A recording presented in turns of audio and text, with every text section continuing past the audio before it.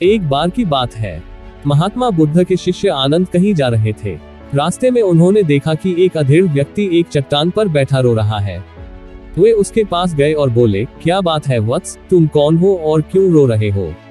आनंद की बात सुनकर उस व्यक्ति की सिसकियां थम गई। वह अपने आंसू पोंछता हुआ बोला, मैं पास के गांव का रहने वाला एक बदनसीब व्यापारी हूँ। मैं जो भी काम करता हूँ वह बिगड़ जाता है। व्यापार के चक्कर में मैंने अपनी पत्नी के गहने गंवा दिए, मैंने अपने परिवार को भी खो दिया, यहाँ तक कि मेरा घर भी गिरवी पड़ा है। मुझे तो लगता है कि मैं किसी काम का नहीं हूँ, मेरी किस्मत ही खराब है। उसकी बात सुनकर आनंद बोले, तुमसे किसने कहा वत्स कि तुम्हारी किस्मत खराब है? जरा मैं भी तो जानूं कि तुम्हारी किस्मत में क्या खराबी है। वह व्यक्ति बोला, पहले मैं खेती करता था, पर हर साल उसमें घाटा होता था। कभी सूखा पड़ जाता तो कभी ज्यादा बारिश के कारण फसल बर्बाद हो जाती। इससे परेशान होकर मैंने व्यापार करने का निश्चय किया। मैंने पत्नी के गहने बेचकर अपना व्यापार शुरू किया, लेकिन मेरा व्यापार नहीं चला। शुरू में परिवार वालों ने मेरा साथ दिया, लेकिन जैसे जैसे मुझे नुकसान होने लगा, मेरे परिवार वाले भी मुझसे दूर हो गए। मैं यह सब उनके लिए ही कर रहा था, लेकिन अब वे लोग मुझे देखकर नजरें फेर लेते हैं और मुझे ही मेरे परिवार की दुर्दशा का जिम्मेदार ठहराते हैं। उस व्यक्ति ने एक लंबी सी सांस ली और फिर बोला, मेरा एक मित्र है, उसने भी मेरे साथ अपना व्यापार शुरू किया था। उसका व्यापार अच्छा चल रहा है। वह जब भी मेरे घर आता है तो अपनी सफलता की कहानियां सुनाता है। उसकी बातें सुनकर मेरे घर वाले भी कहते हैं कि उसे देख और कुछ सीख। हमें तो लगता है कि तेरे वश का कुछ भी नहीं है।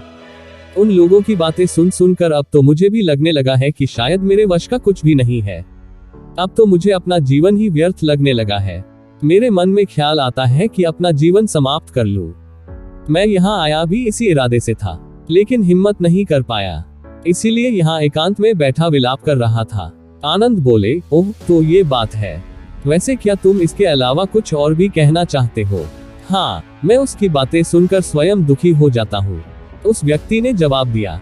आनंद ने पूछा, तुम्हें किस बात का दुख होता है, अपने असफल होने का या फिर मित्र के सफल होने का? उनका सवाल सुनकर वह व्यक्ति एक पल के लिए सोच में पड़ गया। फिर वह बोला, अगर सच कहूं तो मुझे अपने असफल होने का उतना दुख नहीं होता है जितना कि मित्र के सफल होने का होता है। अर्थात यदि तुम्हारा मित्र असफल हो जाए तो तुम्हें खुशी होगी? आनंद ने प्रश्न किया। वह व्यक्ति बोला, हाँ मुझे बहुत खुशी होगी। इसका मतलब है कि तुम्हारी खुशी तुम्हारे मित्र पर निर्भर है। आनंद बोले, अगर वह चाहे तो तुम्हें खुश कर सकता है, और अगर वह चाहे तो तुम्हें दुखी कर सकता है। तुम स्वयं से न तो खुश हो सकते हो और न ही दुखी हो सकते हो। अर्थात तुम अपने मित्र के गुलाम हो गए हो, इसलिए तुम्हारा कुछ नहीं हो सकता। ऐसा न कहे महात्मन, उस व्यक्ति ने हाथ जोड़ दिए। आपकी बातें सुनकर मुझे कुछ आशा बंध रही है। आनंद बोले, जब हम किसी से आशा बांध लेते हैं तो उस पर निर्भर हो जाते हैं। ऐसे में हमारी खुशी और दुख भी उस पर निर्भर करने लगता है। इससे बेहतर है कि तुम अपने आप से आशा बांधो। जब तुम ऐसा करोगे, साथ ही पूरे जतन से काम करोगे, तो तुम्हें सफलता अवश्य प्राप्त होगी। वह व्यक्ति बोला, आपने सही कहा, लेकिन मेरा सबसे बड़ा दुख यह है कि मेरे परिवार के लोग भी इसमें शामिल हैं। वास्तव में मैं तो अपने परिवार के लिए अच्छा करना चाहता था, लेकिन वे लोग भी मेरी बात नहीं समझते हैं। वे भी मुझे गलत कहते हैं और अब तो वे मेरे साथ भी नहीं है। उसने दिव्या को अपनी मुट्ठी में भींच लिया और एक नई शुरुआत के लिए उठ खड़ा हुआ। दोस्तों, अगर आप भी ऐसी ही परिस्थिति से गुजर रहे हैं तो निराश न हो। अपने अतीत पर शोक मत करें, न ही भविष्य की चिंता करें।